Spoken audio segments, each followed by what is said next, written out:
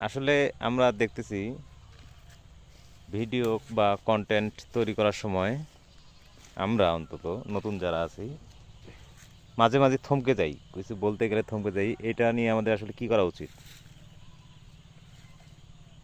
এটা নিয়ে আসলে সর্বপ্রথম করা উচিত হলো মনে সাহসটাই রাখতে হবে আর বুকে বল, তাছাড়া কোনো কিছু হবে না সফল।